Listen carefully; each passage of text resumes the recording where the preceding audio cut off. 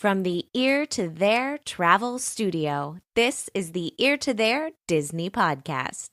The Ear to There Podcast, it's time to start the show. Be sure to hold on tight, here we go. Exploring all the different Disney destinations. Ear to There, it's time to start the fun. Hello, everybody, and welcome to the Ear to There Disney Podcast. I'm your host, Phil Gramlich. I am also the owner and the founder of Ear to There Travel, which is a Disney specialized travel agency. It is my job and the job of all of my fellow vacationers to take away the stress, all that anxiety, and all that time that it takes to plan a Disney trip, whether that's to Walt Disney World, Disneyland, the Disney Cruise Line, Universal Orlando, or anywhere else. Take away all of that time, anxiety, and stress so you can focus on the really fun things like having a great time with your family and friends and enjoying the magic. And we do all of that. We take away all of that stress, all that anxiety. We give you back all that time at absolutely no extra cost to you. So yeah, we'll get you the best possible price on your hotel reservation or your package reservation, which includes tickets or tickets and dining. We'll handle your transportation to and from the airport, your dining reservations, your fast passes, special event tickets, you name it, we will handle it all for free. Yes, we'll even save you a little bit of money for nothing, and your chicks for free. Although, we can't promise chicks. Listen, this isn't that kind of business. Anyway, you can listen to this podcast, read the blog, or get your free, no obligation from me or any of the other vacationers over at ear2theretravel.com. All right, let's get the show started. This is episode number 161 for the week of March 18th, 2019. Now, grab a drink, grab a snack, and as a famous mouse once said, on with the show.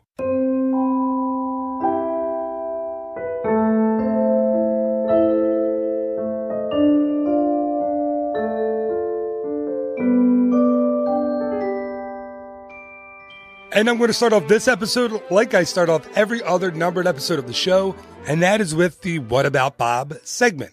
That's where Disney legend and Imagineer Bob Gurr, retired Imagineer actually, Bob Gurr comes on the show to answer your questions and mine. Now listen, if you don't know who Bob is, I'm going to tell you who he is. Bob is truly a Disney legend in every sense of the word. Hired by Walt Disney in 1954 to create ride vehicles for Disneyland.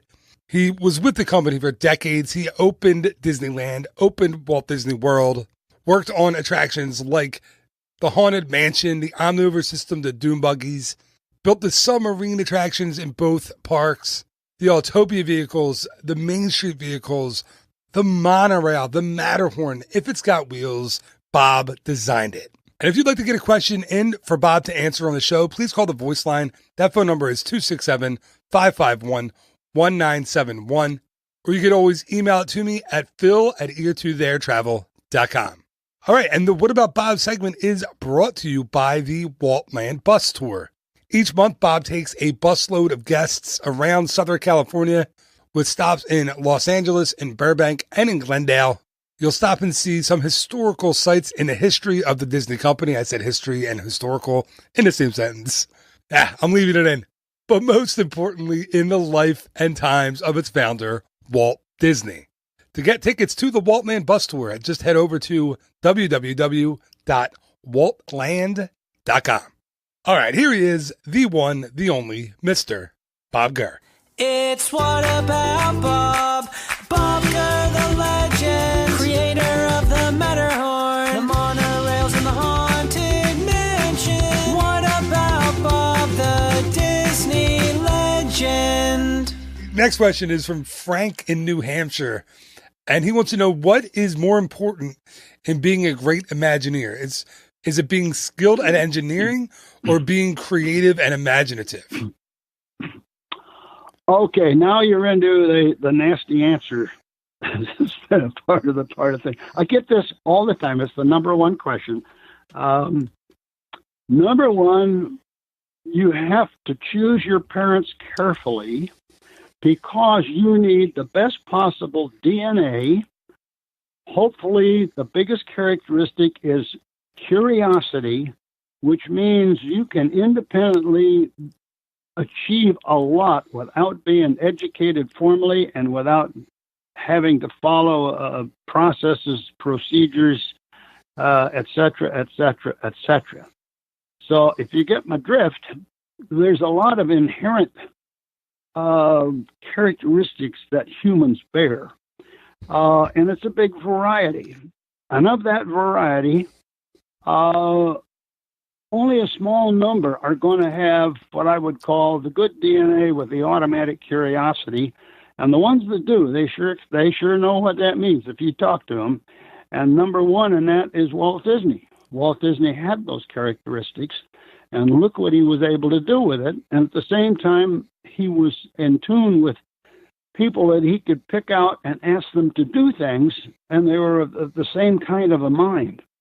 Now, the other side of it is you have a lot of folks that they will walk up to you and says, "Oh, my little girl wants to be an Imagineer." And then I have to stop and say, there's a big difference between being an Imagineer and doing Imagineering work. And that usually slows the conversation down a bit. And then the second question I'll ask a person is, hey, at 5 years old, what turned you on the most? Tell me about it. And one person will simply stare and look at their mother and say, what did the old man want? And another person the parent will say, oh, let me tell you about it. At 5 years old, this is what he was doing. This is what we've had to go get for him and take him places and stuff. Well, see, there's that curiosity thing. And that is the thing that you have. If you don't have that, you can be all the education in the world. A 4-year college, you know a lot, maybe. But we do know that you can memorize, and you were able to remember all the answers for all the tests. Now, that doesn't mean you know anything, and it doesn't mean you can figure anything out. I have actually seen personally where people who want to be an Imagineer will be in a meeting at unnamed companies, and the question they will have is, okay, the meeting's over. What do you want us to do now? Well, the question was just answered. You have a person who does not have the curious incentive to take charge and go do something and then maybe stop and ask permission. Say, I'm doing this. Would it be okay if I keep on doing this on my own? Versus the person that says, well, what do you want us to do now? Yeah. Big, if you get my drift, big distinct difference. I'm sorry to be very sarcastic about it, but these are the blunt answers that you do have to say. Of course, everybody wants to hear, oh, you go to a college, and then you do all these good courses, and then you do environmental studies, and then you can automatically be an Imagineer. Well, being one and doing Imagineering work are two different worlds. All right, thank you to Bob for answering another question on the show. By the way, if you're going to the D23 Expo out in Anaheim in August, Bob will be there. He'll have a booth. You can stop by. You can meet him, have him autograph something for you. So pay attention to upcoming episodes of the show where I'll have more information about Bob's meetup and his booth at the D23 Expo. All right, let's move on. And very appropriately, by the way, let's move on to episode 161, which is all about our top 10 Disney attraction vehicles.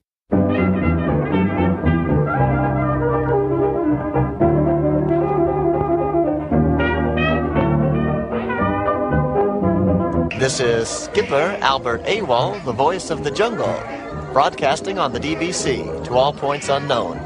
If you're within the sound of my voice, you're listening to AWOL Airwaves on the DBC. Here to talk about all of our favorite Walt Disney World attraction vehicles with me is a man who is one of the main reasons there are no more Davy Crockett Explorer canoes. The one, the only. Welcome back, Mr. Johnny Shortsleeve, to the show. How are you, man? Oh man, I'm rocking, I'm rolling. But who told you about the canoes? Because that was supposed to be something that I think there's maybe 3 people that know about it. I think I told my wife. My grandma was there when that happened, and then there was the sheriff too. But I don't think the sheriff's still in business, so it's got to be either my wife or grandma. I didn't know. I don't know the story. I just knew and had an inkling that was going on. So, here's let me tell you my version, because there's 2 sides to every coin, right? You could go look at the Orlando Sentinel's version. I tell you, it's not going to be a pretty picture when you read it. But here's the thing: this was at the time when the Karate Kid came out, and you remember that scene when Daniel San was out there, Mr. Miyagi, on the canoe, and he was standing on either side, and he was rock and rolling, working his balance. And I do. I love that part. And his waxing off. That's what I was doing. And I thought, hey, I had a little time to practice my karate. And I thought I might as well use it right now while I'm on vacation. And it didn't work out so well. And there's a little incident. So I apologize. I thought that was going to be enough, but evidently not. So show me sand the floor. That's an instructional video for life right there. So how have you been, man? It's been a long time since I got you on the show. I know our schedules haven't exactly kind of meshed the list. You're much more of a night owl, and I'm much more of a going to bed at 9 o'clock with the puppy kind of guy. So, oh yeah, no. Oh, it's been good, man. I think so. I appreciate it. Life's been good. When Grandma finally got her lottery check, then things just changed, man. She had her neighbor Ricky Dum Dum throw the Saturn in neutral and push it right in the pond across the way, and she got herself. She got herself that coral reef with piranhas and monkfish, and bought herself a Cadillac and a Rolex grandfather clock. And she even got herself a new DVD player because the old one broke. So she's been good. Life's been good for me. Happy, healthy, holy. You know how it goes. Let me ask you something. There's something I'm picking up. Did you develop an accent since the last time we talked? It's summertime. All right, man. I'm sorry. I'm laughing my rear end off over here. Okay. So what we're going to do is talk about our favorite. Oh, sorry. Well, I'm supposed to be professional here. It's been a while since I had you on, though, and I get into fits of laughter, and it's kind of hard to. And you know what? Whatever. If I laugh, I laugh. When you have Robbie Gurr on here, you don't laughing at him, are you? No, I don't actually. Anyway, let's Robbie Gurr. All right, let's talk about our favorite attraction vehicles. I have a serious little intro I was going to do. I'm going to do it anyway. All right, here we go. I'm reading this just so you know. So there is something really cool and unique about the attraction vehicles in Walt Disney World and in Disneyland and the other Disney parks around the world. In places like amusement parks and on boardwalks around the country, the vehicles are just that. You sit in them and you ride. But in the Disney parks, the vehicles are much more a part of the story as the scenes that you ride past or the sounds and smells that you experience. They're extensions of the entire experience, and that is why I've been wanting to do this episode for a while. That is why this episode, now I'm not reading anymore, that is why this episode has literally, as I said to you before we hit recording, not recording, this says episode 130 on my computer. And I've done 30 episodes since I wrote the notes for this one to do with you. So I'm excited, man. This is cool.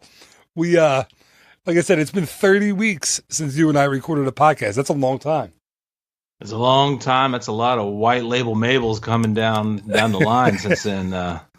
Yeah, man, I'm ready to talk about it. This will be a good time. All right. So do you want to start off since, who knows when the heck we'll have you back on the show? I say we, like it's me and a producer in the next room. It's just me in my basement here. Who the heck am I talking to? But it might be a long time since I get you on the show again. So why don't you start us off? Well, you might have enough white label Mabels in you. You're seeing things. Got double vision over there. I'm drinking. I have a Diet Dr. Pepper in my hand. Oh, look at you living on the edge. I got to stay up late tonight to record this. All right, go ahead, man. All right, so let's see here. I think you know what I'm going to talk about first. I'm going to say the Doom Buggies from Haunted Mansion. I think that one's got to be my favorite because I tell you, well, it's funny because we're just talking about Robbie Gurr. And Doom Buggy Omnimover system, that's his little thing, and I think that's a good one to start, because if you look about just the engineering marvel that is the Doom Buggy is definitely impressive. But here's the reality of it.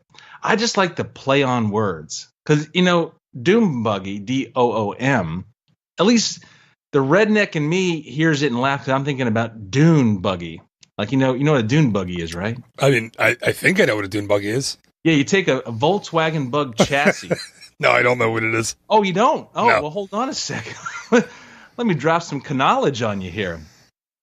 So you take a VW Bug chassis. You take the body off the VW Bug, not one of those newbies. You got to take the classics from the '60s, and you take the body off, take all the creature comforts out of there, and you put some big old tires on there, and you run it through the sand dunes. Like that's the thing. I don't know. Do you guys have a lot of dune buggies up there in Pennsylvania? We don't have a lot of dunes, that's for sure. Get a lot of mud and snow this time of year. Actually, now it's like a rain and sleet and mud. It's a lot of fun. Oh, that won't work, because these things don't have like body panels on. They're all open air. Yeah, they don't work in the rain and the mud, I assume. Yeah, good for swamping. I mean, I like them down here. So that's why I like it. I love the attraction Haunted Mansion, but I think the Doom Buggy thing, that's just for me.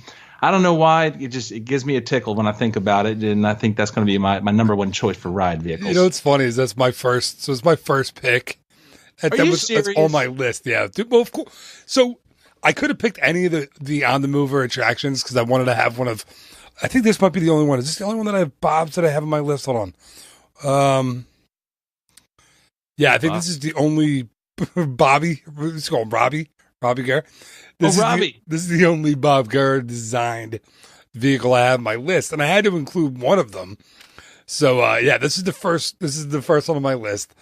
On the mover, of course, built originally for Adventures Through Inner Space in Disneyland, but that attraction's been gone for decades and decades and decades. But yeah, I love the Doom Buggies. Love the on the mover system. I've said it a million times in the show about how the candy apple was the inspiration for the on the mover vehicles.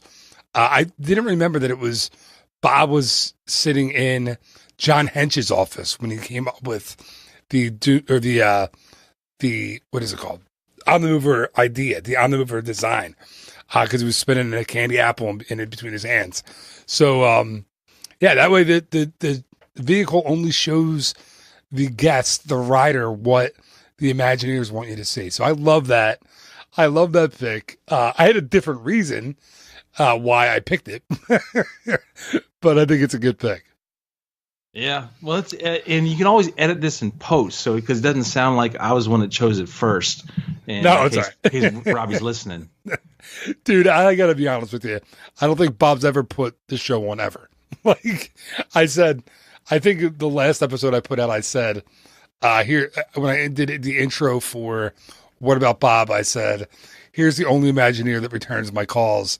And then, that answers my calls. And then after I did the clip, I said, I was only kidding about him being the only Imagineer that answers my calls. He doesn't answer my calls. And it's kind of true. But anyway, I love that pick. It's kind of mine too, so I'll throw an honorable mention in at the end there to kind of make up for it. All right. So I'm going to go to my next one. Let's see. Yeah. So one of the top ones on my list, the Kilimanjaro Safari trucks. Some of the most unique attraction vehicles anywhere in Disney World, Disneyland, wherever. At first glance, they look like the old beaten up kind of real Savannah. Well, they are, I guess, real Savannah vehicles. They look like ones that have been there for, decades. They're actually something really cool that I found out about them in speaking to a cast member that was a manager over there. They're actually modified Ford F650 super trucks. Have you ever heard of an X650? Because I had not. I don't know. That's what I drive. That's funny. I can see the kids in the back of the F650. It's like 10 feet off the ground. actually you got the rope hanging off of the trailer hitch, and you pull the inner tube down the dirt road, and that's a good time right there. The only problem is the dirt road's not straight, so when you hit the corners, you got to hold on. You gotta watch out for the kids. So they actually run on propane, not gasoline. There are 44 trucks in total, but they normally don't run more than 41 trucks at a time, which blows me away, by the way, that they have 41 trucks out there at once on a busy day. But they're free driving vehicles, right? So they're not on a track. Your safari driver drives them around, steers them like they drive a car.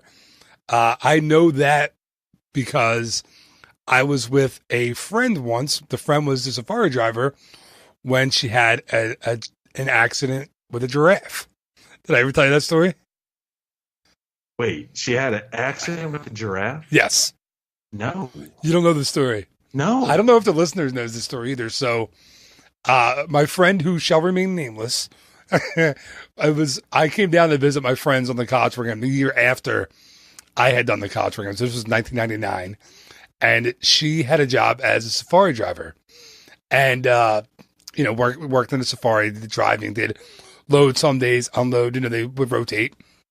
And she's driving, and my friend and I, her boyfriend at the time, now they're married, we're sitting in the row behind the driver, and we come to a big, that big open area in the savannah. When the driver says, "Look around," you'll see lots of different, grass-eating animals. Well, right there in a big open part of the savannah is a reticulated giraffe standing right in the road. So she goes off script for a second and says, "Okay, there's a big giraffe in the road. We'll have to beep and get him to move out of the way." So she inches a little closer to him and beeps the horn, and he just sits there. And then she beeps the horn again, and he spazzes out completely and takes 2 steps backwards, and his butt hits the front of the safari vehicle.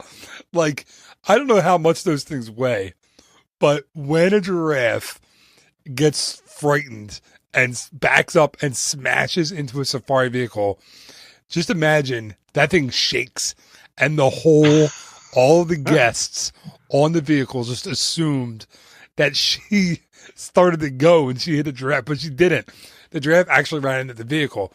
But man, it took off running across the savannah, and the guests are screaming, yelling, "Oh my God, the giraffe!" And I felt so bad for her because she was just trying to calm down the guests in the vehicle. They were not having it. They were freaked out. But the giraffe was fine. We were told later by the management that the giraffe was fine. Everything was okay. They checked him out, or her, whichever it was.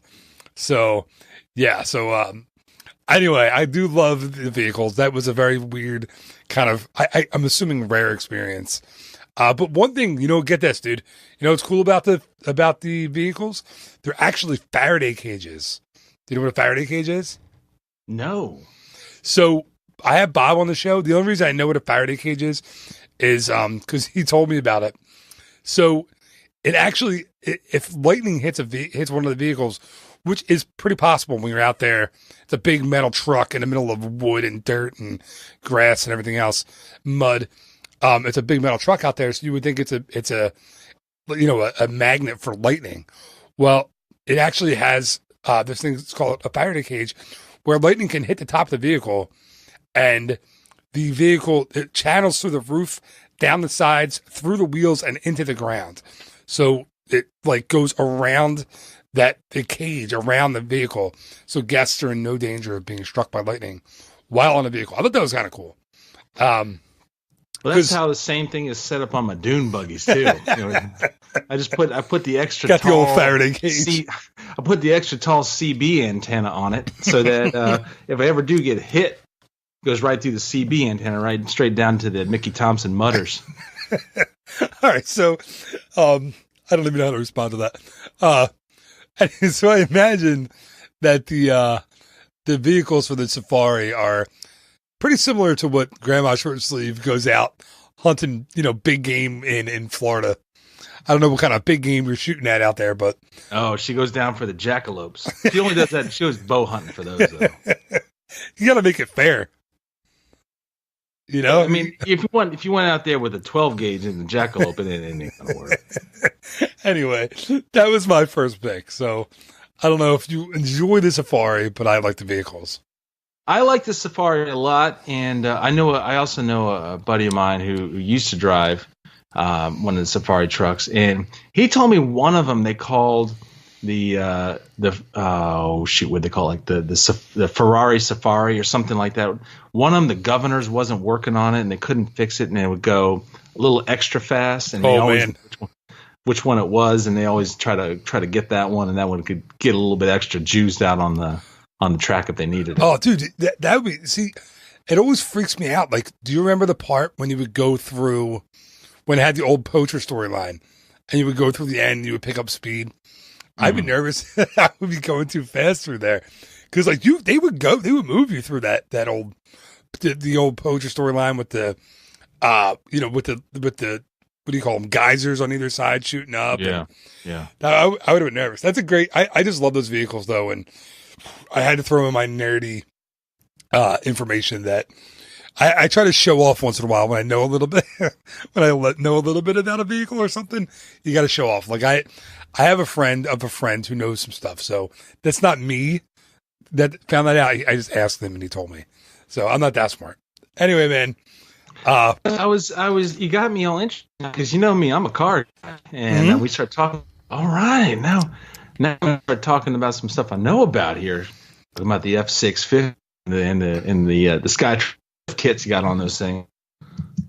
I'm sorry, man. You cut out for a second. I don't know if it's my mic, if it's me or you. So you were talking about the X6. I'm sorry, F650. Yeah, man. I think you got me all excited talking about car stuff. You know, the F650 platform with the Skyjacker lift kit on there. Is that Skyjacker? Is that like Skylander? The same thing. Woo! Had to clear out the old lungs there after that one. That was a good one. I don't know. I know that from video games. I think my kids play with the Skylanders once in a while. Anyway, man, I don't know what that means. You're up for your next vehicle. All right. So let's see here. I'm trying to check out my Post-it note. Can't read my scribbling. I did too well. I need to stop drinking that. Got that red Solo cup full of Everclear here. I got to tighten it up a little bit. I think this one says Flight of Passage on this one, my next one here. You know, the reason I like that one is the attraction's great. The ride's great. I love the story. I love all the visual effects, and I love the little special 4D things that they do in there to make you really feel like you're there. But you know what? It's just the little details that kind of blow me away now. It was how it feels like that Banshee's breathing. I love that. When you're riding on the back, you're like, what are those things you're holding on? Are those the ears you're holding on to? I don't know. Something like that. Yeah. Let's call it the ears. Yeah. You're holding on the ears to steer the Banshee. And as you're kind of flying around, you realize, wait a second, this thing's moving. Yeah. You feel that thing like puffing and huffing and puffing as it's flying around, which I don't blame it. I'd be tired too. I mean, I'm tired just riding that ride, much less actually be flying through that mythical land. The thing that I think is really, to me, something that's worth mention is that's something where you just look at it by itself and go, okay, cool. We're going to make people fly in the back of a mythical creature through a far-off land. That should be good enough, right? Nope. Let's make this thing breathe. I wonder, like, when that came up in the meeting, they're like, everybody's like, you know, they have it all sketched out. You know, they have the theater is on like a whiteboard. You know, and they have the seats going to look like a motorcycle. And they're like, all right, we're done for the day. All right. And some guy in the back like raises his hand. And they're like, yeah, Jimmy.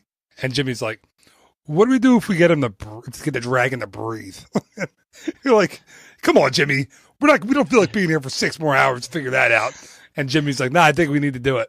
Like I wonder how that meeting went. Like, I don't know. Everybody's slamming down their notebooks. Jimmy, it's Friday afternoon for Pete's sake. Dude, I remember getting off that with you when we rode for the first time and we did the preview. And I remember your face when we were talking. You were just like, you said, I'll never forget what you said to me. You get off and you go, the Imagineers who designed the new Soarin' are so PO'd right now. You were like, that is blew Soren away. And listen, man, I love Soren, but man, my parents rode this thing once, and I think I was saying before we hit record that they're coming back with us this year for a trip, and it's all they're talking about. Like, they're not talking about going with their grandkids, not talking about, Main Street USA or Epcot or none of that. They're like, I can't wait to ride the Dragon again. I keep telling them it's a Banshee, but they don't listen. But it's amazing. Fix it. Now, there's a fix for Soren, and I've pitched this idea to my friends, and none of them bid on it. But the Soren fix is, see, you're sitting on it like you're sitting in a chair, but you don't ride a hang glider like that. You ride a hang glider, you're laying flat. Oh, that would not get everybody laying on their stomachs. Like a Superman roller coaster. Like have you ever ridden one of those? Nah. So sounds cool though. I was at years ago before my kids were born. Amy was pregnant with our oldest, and I'd never been to Six Flags in my life. And I'm a big roller coaster fan, but we have Six Flags an hour from here. But I had never been there. So I told my sister, I was like, let's go. Like, let's go on a random weekday. So I took a day off, and she took a day off from work, and we went to Six Flags, and we got the coaster pass, and we rode every coaster twice that day. They had 8 of them. So we rode every coaster, maybe more than that, maybe 10. But there's a Superman roller coaster that does that. So you stand on it, and they put the harness over your shoulders, and then around your hips, and then the darn thing lays down flat like you would on a hang glider, and you go through loops and stuff like that. Dude, I'm telling you, never again. I was terrified. I mean, I was holding on to the harness as hard as I could, sweating, white knuckling it the entire time, screaming at my sister, like, I hate this. It was scared the pants off me. And I'm a big roller coaster guy. I'll never do that again, ever. So you made me think about something that I think is a really interesting idea. So you know how there's this new movement in America here where we got Trader Joe's is huge, Aldi is huge, not the same company. It's all self-service. Cut costs, cut corners everywhere you can, and you pass the savings on to the consumer. What if you did the same thing in amusement park business? You have 3 flags. It's all self-serve. Ticket prices are half price, and you buckle yourself in. You got to check your own. Bring your own seatbelt. Bring your own safety harnesses. You got to sign waivers everywhere just for the lawyers. It's always bring your own food. They don't have any of their own food that you can buy. I think we might be onto something. I have to pitch that idea. That's 3 not flags. bad. Dude, what's funny is you just reminded me of. I love Bill Burr, the stand-up comic. He's one of my favorites. When he talks about the self-checkout line at the grocery store, he's like, I show up. He's like, I love that self-checkout. He's like, but he's being sarcastic. He's like, I show up. They're like, oh yeah, you take the stuff, you scan it, you put it in a cart, you put it in a bag, you put it in your cart, you pay the money, and you leave. He goes, oh really? I didn't know I had to work today. he's like, I didn't bring my name tag. It's so true. When you go to the supermarket, and I love it. I love self-checkout, but it's so true. You don't McDonald's or yeah, here's your cup. Go get your own soda. What? Get my soda for me, man. I'm paying for this. They didn't drop the price when you get your own soda. Anyway, it's just funny. But here's the thing, though. The question becomes, does it help us? Because here's what happens. You got the self-serve machine. It's like the Coca-Cola Freestyle machine. I do love that machine. I used it today at the movies. Really? I'll tell you why I don't love it. Because there's something called decision paralysis. When you have 37 different varieties of Dr. Pepper. It's true. You're stuck. You're like, well, do I want just the regular Dr. Pepper? Maybe cherry vanilla. I'm going to live wild. I'm going to go diet Dr. Pepper today. Or the cherry vanilla. You got the Coca-Cola flavored Dr. Pepper. all that kind of stuff. And the same thing with the self-serve checkout. It's not like we're saving a lot of time because you're always somebody still has to check out. Yeah. You're always going to be behind someone like me. You're going to go there and you got yourself in line and boom. Oh, there's that knucklehead. Yeah, he's got all this stuff. And what is he trying to do? He's got the 30 rack of Strohs, and he's got to have someone come over and check him out. I was thinking of the, like, when I go and I use it, I get like olives. Like I love like, what are the Kalamata olives? I get them all the time and I eat them like a snack. But I was thinking, like, when you get them and then you have to look up the item number, because there's no button for olives. Nobody has that button handy.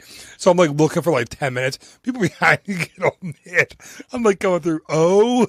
No, it's not under O. K. Is it K or C?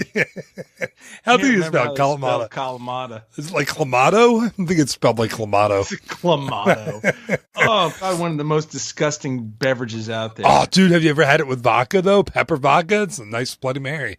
It's good stuff. Anyway, let's not get into Clamato beverages. All right, wait, whose turn is it? We were talking about the safari vehicle still? I think it's your turn. Wait, I did Flight of Passage. Oh, right. That's where okay, now it's my turn. All right, so the next one that I have on my list. I know why you haven't had me on in so long. Are the Tower of Terror elevator vehicles. Perfect storytelling vehicles in a perfect storytelling environment, right? So the ride system, the up and down, the free fall drop part, totally done before. Right. And if you've been to a Three Flags or you've been to a Six Flags, you've probably done the free fall ride. It's there. They've had it for years. But Disney completely threw out the book on the way they're supposed to do it and redid it completely with not only the elevator car that goes up and down, but the darn thing moves forward throughout the attraction. I remember when I first did it, when I first got on that attraction, I had no idea that the darn thing was going to ride through the building. But it does. And that's the reason why I wasn't super sad when the one out in DCA became the Guardians of the Galaxy attraction, because it just wasn't as good. It wasn't the same. Tower in Hollywood Studios is completely different. Completely different ride system, way better. So I just love it. So the way it works is, all right, I'm going to get super technical and nerdy on you again. The autonomous guided vehicle moves into here we go, vertical vehicle conveyance. So think about rolling a Matchbox car into a shoebox or into a Matchbox, whatever you call it, like real small. I guess it would be a Matchbox. That's how it works. So it sits in a little box, goes up and down, left and right, side to side, whatever it does. And then when it's done, the car kind of wheels on out of there. So the vehicle itself and the drop vehicle, they're two different things.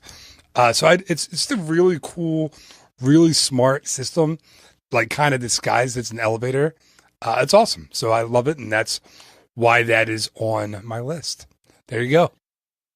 Did I tell you the story about the Imagineers when they were designing it?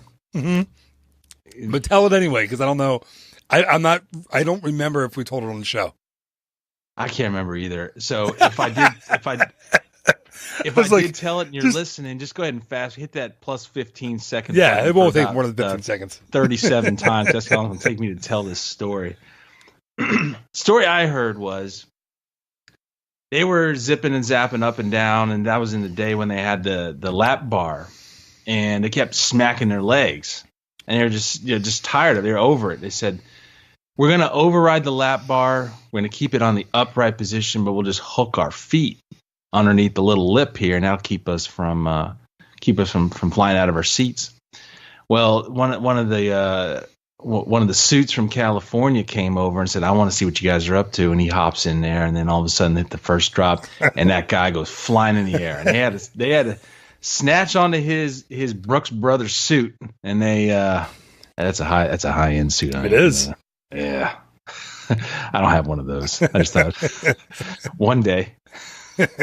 So he goes up there, and they stop the ride, and he's white as a ghost, got his eyes about as big as buffalo nickels, and they said, "Yeah, sorry, you okay?" And he said, "No, what's going on? You guys going to kill people? What are we doing with this?" And he said, "Oh, sorry, I forgot to tell you to hook your feet under here. You got to hook the wingtips you're wearing under there on the lip, keep going, and they explained the whole thing, and they said, well, we got to make sure if we ever, bring these folks on here, we got to let them know because we're going to kill them if we don't, because this is not good, not good for the business here. Yeah, you don't want to kill people on an attraction. It's not good. Yeah, no. I mean, generally, it doesn't work out well when you do that. Did you? Like the 3 flags, you can get away with it. Have you ever done the penny trick on Tower? What's the penny trick? You don't know this one? No. Don't do this, listeners. But I have done it. We did it when we were cast members, and so the vehicles, the drop shaft pulls you down faster than gravity. Right, it's actually faster than gravity than if you would drop yourself. It actually pulls the vehicle down. It doesn't just drop it. So get a penny, but don't do this. But this is how you do it. If one were to do this, this is what you do. You lay your hand open, your palm open flat, and I'm doing it right now so you can see it, even though it's audio only. And you lay the penny right in the middle of your palm, and you hold your hand out in front of yourself. And then when it pulls you down, when the vehicle pulls you down, your hand goes down, but the penny stays, and it hovers a few inches above your hand the whole way down. It is awesome. Like, it looks like it's floating because, the vehicle pulls your hand down, but it can't get the penny because you're not holding the penny. It's just sitting in your hand. So the penny floats above your hand. It's awesome. Wait, I'm trying to think about this. So do you wear like safety goggles on before you pull this stuff? You probably should. and do you have to have, like, what if your hand isn't perfectly flat? Because, like, it's kind of like when you're pulling a wheelie in a dune buggy. Well, as I said, don't do this. I'm just saying this can be done. If you pull a wheelie in a dune buggy and you turn the steering wheel just a degree, and it drops the front wheels down, then you're gonna because the wheels aren't pointing straight where you're heading. So you'll do a flip. If you hold that penny and your hand's like tilted, well, I guess the penny goes straight up. Right, the penny's gonna go up. Call me a regular Mr. Wizard over here. No matter what, your hand is leaving and the penny's staying. Willie Nye the Science Guy. So don't do it, but it can be done. All right, man. So what do you got? What's your next one? I'd say this one, you're probably going to laugh. It's I don't know if this is even legit to say this is a ride vehicle or not, but I want to see the Carousel of Progress, like the moving. Oh, that's a really good one. I didn't even think about that. Talk about a unique ride vehicle. That's why number one. That's why you're bringing me on the show again. That's the thing where I like it because, yeah, there's a novelty to it. Like you could say we got this whole these scenes of animatronics that we want to tell a story with, and we're gonna just move them around, kind of like they do like American Adventure. They just move them around and shuffle them and all that kind of stuff. They say, no, we're gonna keep them in place. We're gonna move the guests. Yeah, that's one of those things like, what was your Imagineer's name? Davey? Yes. No, Davey? Jimmy. It's Friday afternoon again? You want to move the theater? No. And Jimmy's like the Jimmy on Seinfeld. He's got to talk about himself in the third person. It's like Jimmy thinks this is a great idea. Cups. Jimmy loves this idea. Dave and Frank. Look at Frank getting this shout out. That's awesome. Safety Dave, I get. Frank, that's enough. I'm kidding. He's going to get so mad at me that I said that. Anyway, so the one thing about that theater is it's been around. They've been doing it since '64. That blows me away. I tell you, I didn't even think about it from that perspective. But yeah, think about when that meeting was. Like Walt Disney sat in that meeting. Talk about having your mind blown. Like that, it's crazy to think that not only like that's how forward thinking those guys were. They were like, I was thinking that meeting would be like everyone's Gronk spiking their iPhones. No, they were like taking typewriters with like two hands and throwing them off the table. What's funny is Amy and I just had Amy on the podcast, the last one, and we were talking about doing research, like when Bob had to figure out, like he wasn't an engineer, he wasn't a car engineer. I don't know if that's how you say it, a car designer. And Walt was like, "Hey, Bobby, build this Autopia vehicle, make this thing work." And Bob was a vehicle designer, but only a body designer. He didn't know how vehicles worked. He had no idea, but he had to figure it out, and he had to. So I said, he had to go to the library and figure it out. And Amy was like, "Yeah, like he didn't have YouTube." And then I had this vision in my head of Bob with like the Jetsons TV in the 50s or the 60s with the typewriter that led to the internet, like the YouTube, like typing away on how to get. But like, it's crazy to think that, these guys just went to the library. And I know we're not that far removed from doing research. So you and I, when we were in high school and even in college, we used the library for our research mostly. Like the internet was there, but we didn't, I remember when I was in college, my teachers, the professors, they wouldn't let you use the internet for a source. You had to go to the library. So here these guys going to the library to figure this stuff out. And, it's the 60s. It's crazy. Now, speak for yourself there, highfalutin educated. I was a kindergarten dropout here. I don't know what the Dewey Decimal System is and how that works. I don't know what that is. Jeez. Who do you think you're talking to here? I'm not the librarian of Disneyland. I'm just, all I know is how, I went to school for psychology and education. I don't know any of that stuff. All right, man. So Carousel of Progress. I love that pick. The theater is awesome. Did you know it moves the opposite direction that it used to move in? It used to go clockwise, and now it goes counterclockwise. Just let you know. The Walt Disney World version? Yeah, no. So when it was in Disneyland, it went clockwise. When it moved to Walt Disney World, it went counterclockwise. I don't know the reason for that, but probably Jimmy. Classic Jimmy. Jimmy's got an idea. Let's change it up. Jimmy's gonna turn it around. All right, man. All right, so my next one, classic again, staying in Magic Kingdom. One of my favorite, and this is one that I love, and I talked about this recently on a podcast. I had a Word of the Week episode. Peter Pan's Flight's pirate ship, classic, awesome vehicle. So it's totally different, and for some reason I never realized this until recently, that the one out in Disneyland isn't an Omnimover. It's only the one in Walt Disney World that is. The one in Disneyland, the vehicles actually stop for load and unload.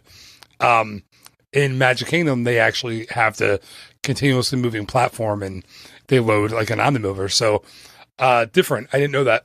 I guess I did know it, but I didn't realize it. But let me ask you this: the vehicles, is this the only boat vehicle that's not in the water? I was wondering. Whoa! Mind blown. I think it is, right? Like, there's no other boat vehicle. Every other one it actually floats or at least it goes along a track or something. This is the only boat that's not. Anyway, I just love it. You're no higher than 17 feet off the ground the whole time, even though it seems like when you're flying over London, the cars are, hundreds, if not thousands of feet below you. Wait, how did you know that? Did you bring a tape measure with you and throw a tape down while you're up there? I threw a kid down with a tape measure attached to them, so we could get an accurate reading. Was it like Mark Twain? How they used to take the strings? Yeah, that's how they got the name Mark Twain. Dude, do you want to hear something crazy about that? About that technique? This is true. This is a story I've never told on the show before. When I was after my freshman year in college, I worked in a paper mill as a coal and ash attendant. Right, that was my job. My dad worked there for what was it? A coal, the mineral, coal and ash attendant. Oh, coal and ash. Yeah, and ash. Yes, coal and ash. Like you were like a GI doctor. Well, they needed one at the paper mill, so I figured I better step it up and be a colon at no, cleaning out colons every day. You gotta be careful, man. I don't start. You gotta let me know when you start recording here, because I don't want to make sure I say anything to get you booted off iTunes. You got to keep that G rating or PG sometimes, I guess. But no, so my dad worked at this paper mill for like 30 to 25 years. So he, over the summer he got me in, and the plan was I was going to work there like every summer. And then the following summer I went and worked in Walt Disney World. But my after my freshman year in college, I went to work in this paper mill, and it was a brutal job, man. Just like no air conditioning, summer in Philadelphia, 90 degrees, just brutal, working around machinery. And one time I knocked myself out with a shovel. That's a different story. I'll have to tell you sometime. But were you on the clock at least? I was, and I woke up 20 minutes after I did it. Seriously. Did someone come over to you and say, you weren't supposed to be scheduled for a break yet, boy? So, well, really quick, we had this thing called an ash unloader, and you would run water and ash at the same time, and the ash will come down out of these silos into this big, spinning kind of barrel, and the water would come down at the same time, and it would combine, and then make this wet ash that you could unload, because you can't unload dry ash because it'll just smoke the whole place out, because it's like dust. So you'd have to make it so both of these things kind of met at the same time and then dumped into a big truck. Well, there was this huge spinning barrel, I don't even know how much it weighed, but it was enormous. And you would have this shovel, because the ash would build up along the perimeter of this machine, and you would use it to slightly push the ash off the perimeter into the back of the truck. Well, but the entire time the shovel will come dangerously close to this spinning barrel. Well, one night, it was the middle of the night, and I was half asleep. And what did I tell you? Use caution around machinery. Well, I didn't, and I pushed the shovel a little too close to that spinning barrel, and it caught the blade of the shovel. And very unforgivingly, the handle of the shovel swung out of my hands and hit me right in the jaw. Oh my gosh! That noise happened, knocked me out cold. This is why you're alive. I am. I'm laughing about it, but I know. I guess that's when you realize it's okay to laugh, because you did live. I did. Man, it knocked me out cold. If that didn't hit your jaw, hit your temple. Yeah, it could kill me. You've been a goner. So anyway, that wasn't the story I was going to tell. The story I was going to tell was that actually happened. But the other story was the very scientific way that we measured how much ash or how much coal was in the silos was, as the low man on the totem pole, who was me, I got to climb to the top of the silo using the fire escapes, got to the top of the silo, opened it up, I'm not kidding around. It was a big cinder block silo, so you could count the cinder blocks on the outside. So I would get a flashlight and have it string tied around it. Throw the flashlight lit. The flashlight was on. Throw it into the silo. Count how many bricks of slack I got on the rope.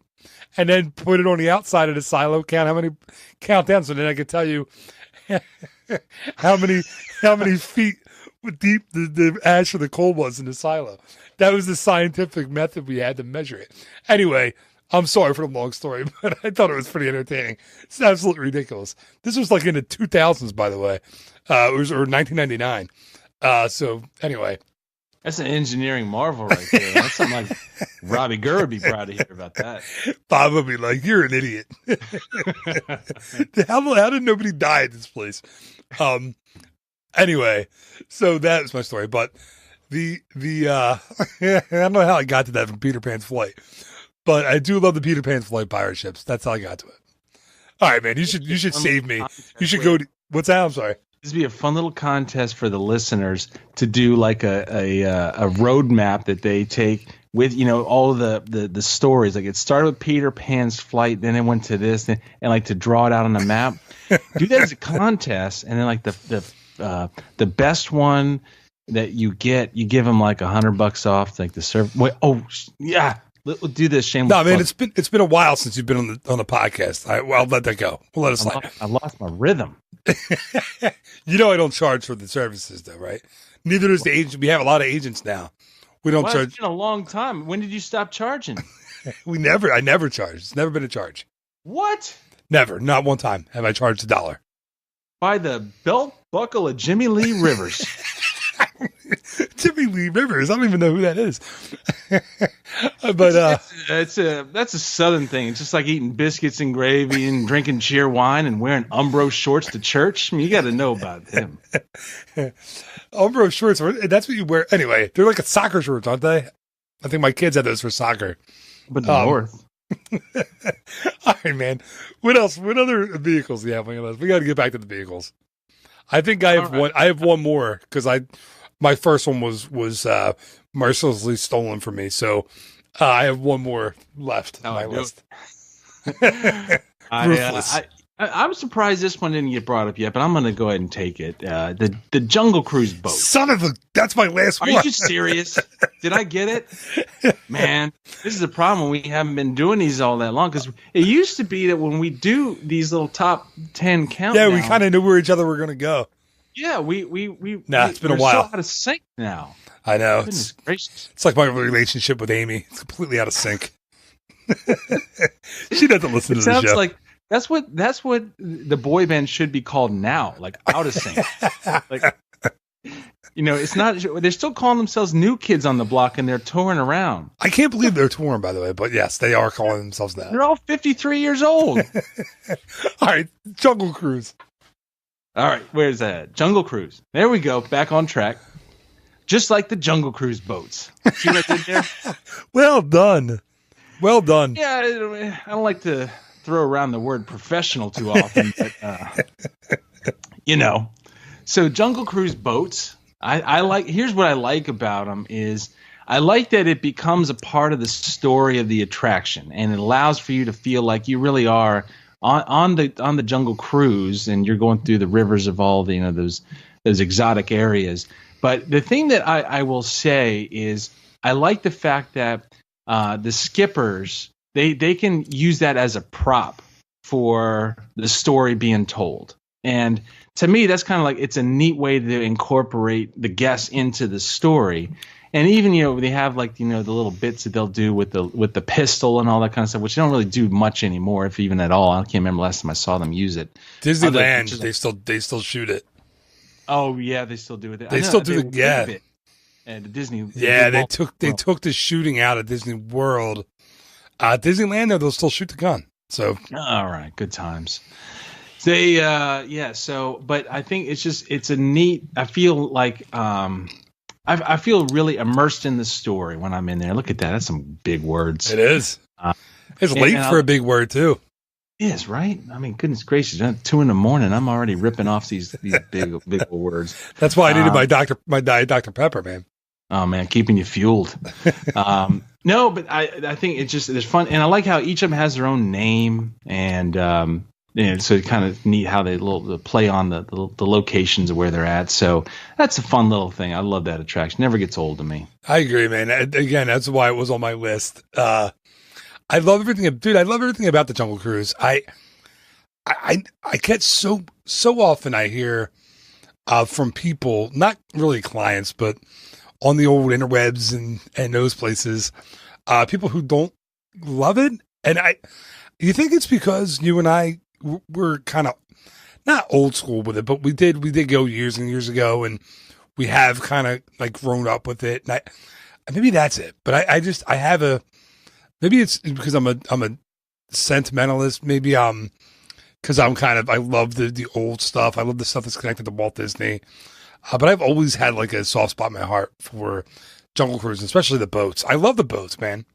I love how you sit and you face each other when you ride on that, so you can see everybody else's reactions to the jokes that the skipper's telling. I love, the skipper that it feels like he's really steering the boat. He's really driving it, even though it's on a track. Sorry, spoiler alert. But you kind of spoiled it with the first sentence that you said with the track. But I love it, man. And I love it. I hope it's not something that gets a facelift, like when the new Jungle Cruise movie comes out with The Rock, which looks really good, by the way. The Rock and Emily Blunt, both of which I love both of them. But I hope if they're going to do anything to it, you just add little tiny, maybe an animatronic here and there. I hope they don't change the story. Like Pirates of the Caribbean was done tactfully and well, like when they added Captain Jack Sparrow. I hope it's something like that if the movie's a hit. Excuse me. Instead of an overhaul. I don't want that. But I hate to jinx it, but anything that The Rock and Emily Blunt are in, those are hits. It's true. Listen, The Rock it's funny. Like I remember when I watched wrestling in the 90s, and you could tell like that dude's a star.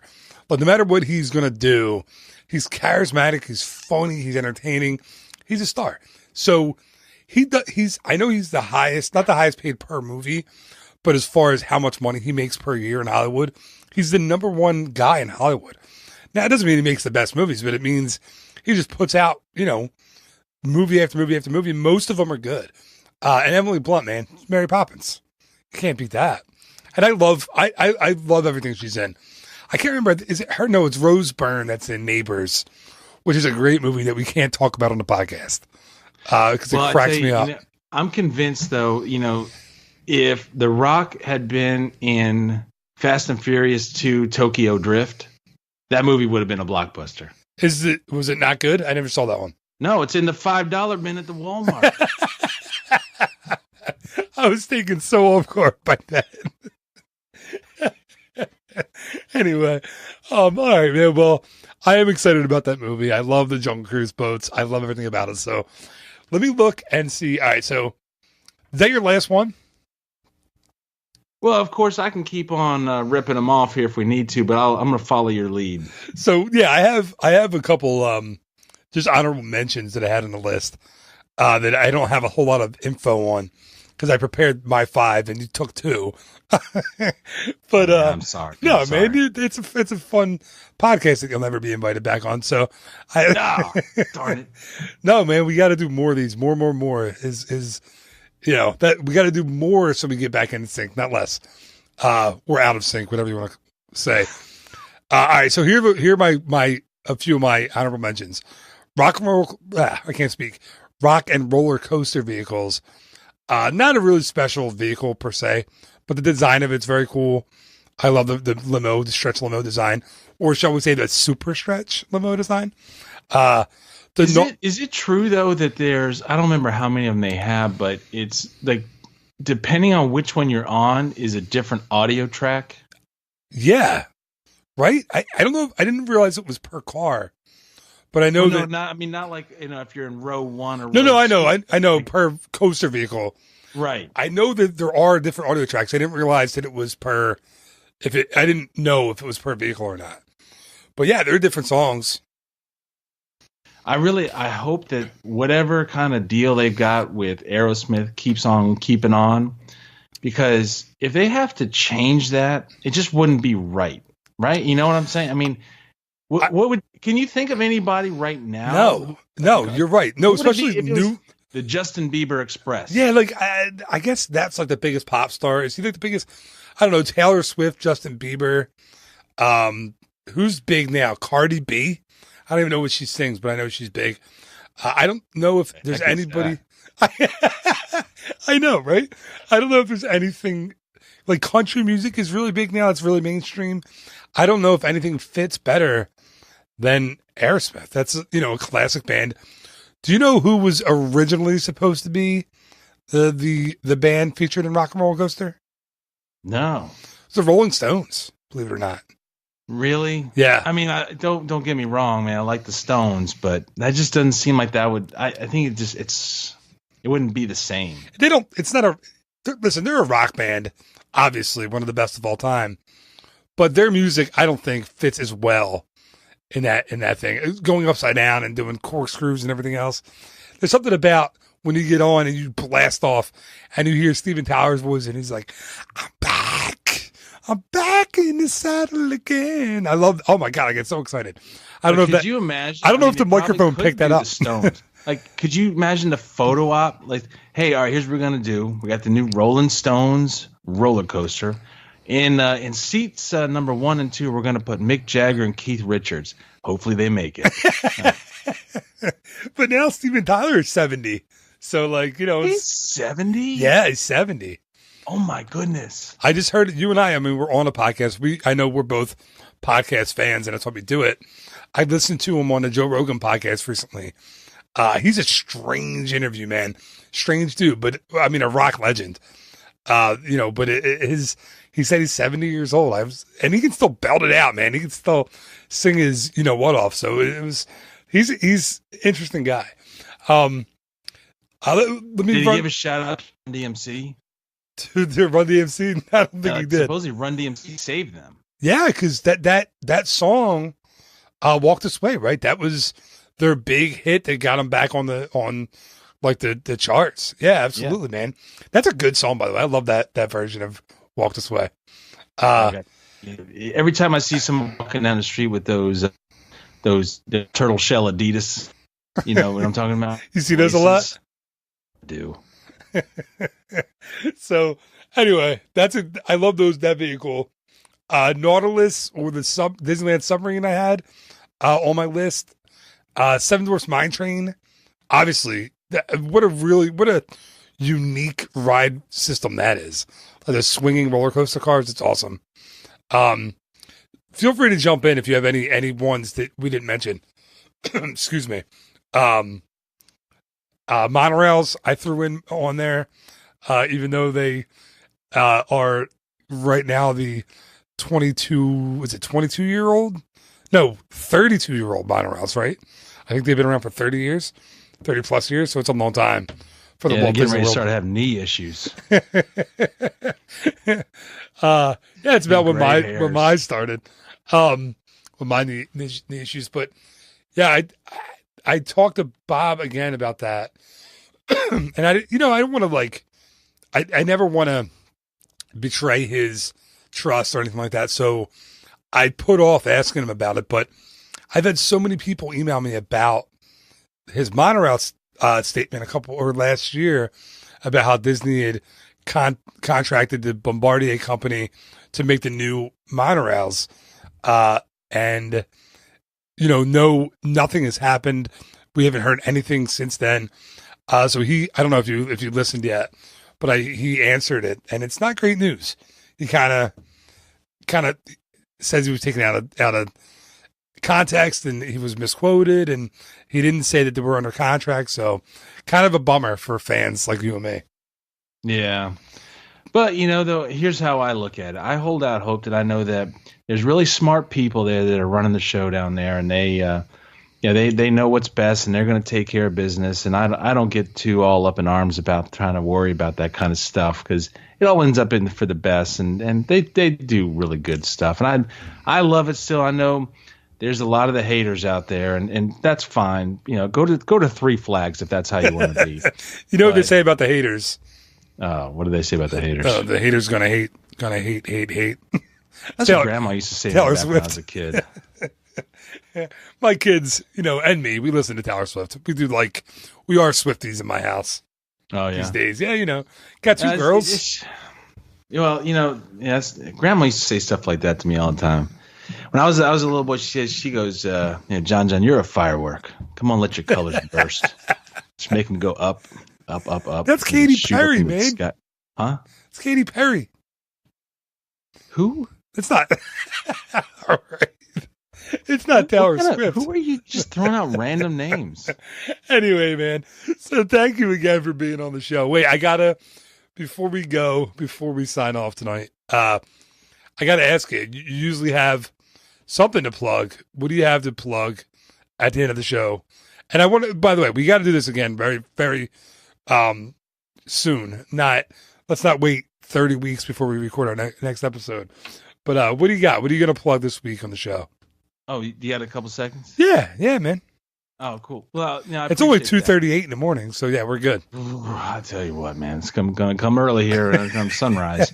Tell you what, no, if you don't mind, I appreciate it, because I got a couple of friends over here. My friend Richard, he's over at the little nonprofit that I've been trying to see if he'd bring me on as like an ambassador of sorts, but he's still trying to work it out with the board of directors. They're looking me over pretty hard, and I don't think they like what they see. But I like what he's doing. I like his message. He has this little nonprofit. It's called the National Moped Association, and it's 501c3. You can donate. Tax deductible donations to them. It's good cause for what they're doing. They do these things called call them the ALEC notices. It's Act Like You Know Chico. And what they do is they try to just let the community know what's going on and keep them safe, because safety is important. And look, man, getting a little choked up talking about this. Sorry, I don't mean to laugh at you. No, it's okay. It's okay. I'm gonna pull it up. Whew. So here's the thing. Moped owners, they're lane splitting now. Lane splitting. You know what that is? You know what lane splitting is? I think I've seen it. I think it's legal out in California where they kind of ride in between the two lanes. Look, yeah. I mean, look. Which I was blown away by that it's Florida. legal. This is Central Florida. This is not L.A. This is not New York City. This is not North Kakalaki. You can't split the lanes, guys. You got to stay in your lane. Here's what's happening. You got these folks out there. They're splitting the lanes in the mopeds, and people are texting and driving. People are reading the newspaper and driving, putting makeup on. I saw a drive the other day. Someone's eating a 6-pack of crunchy, hard-shelled tacos from Taco Bell while they're driving. There's no texting and driving laws. Why is there not a no taco and driving law? So then you got these poor folks just trying to get themselves to work on the mopeds, and they're lane splitting, and what happens? Bang! Hit a mirror. If you hit a mirror when you're riding a moped, man, that's going to be... Can you imagine the size of gas you get on your elbow from doing that? I mean, it depends on if you got good insurance or not, but that's going to take at least 3 normal-sized bandages to cover that up. I mean, look, I don't know what kind of, I don't got that, I'm not a high roller these days, but that starts to add up after a while. It's getting yourselves in trouble. So, I'm a rider too, and I try to preach the good word over to the folks over there and make sure everyone knows about the National Moped Association. It's moped.org, O-R-G. Check them out if you can. Thanks for. Well, you're truly doing God's work with the National Moped Association, for sure. I'm sure they appreciate it. I do. I'm volunteering my time. I'm not getting paid for this endorsement. But if they do want to pay me, of course, I'll take the check. All right, man. Well, thank you again for coming on. And let's schedule out another night. Maybe not so late in the morning next time. You and your responsibilities and your what do you call it? Your appointments keep us late. They go late into the night, so it's hard to keep up with you. Oh man, it's hard keeping up when you're cakewalking with the shimmy she wobblers all day long. But hey, one more thing before we go. Yeah. Hey, brisket for life. Brisket for life.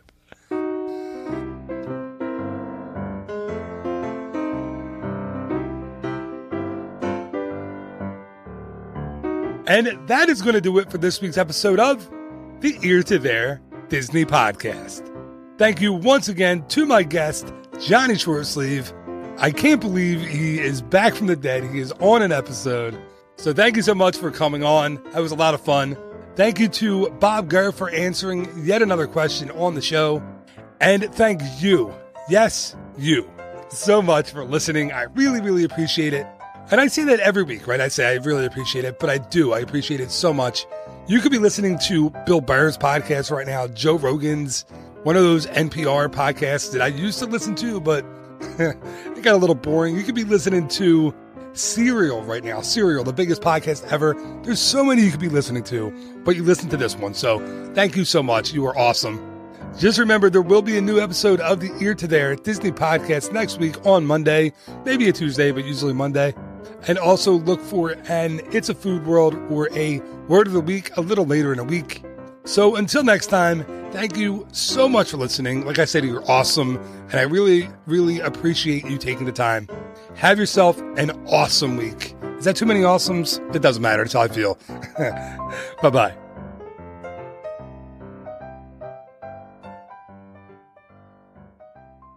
Ear to there, ear to there.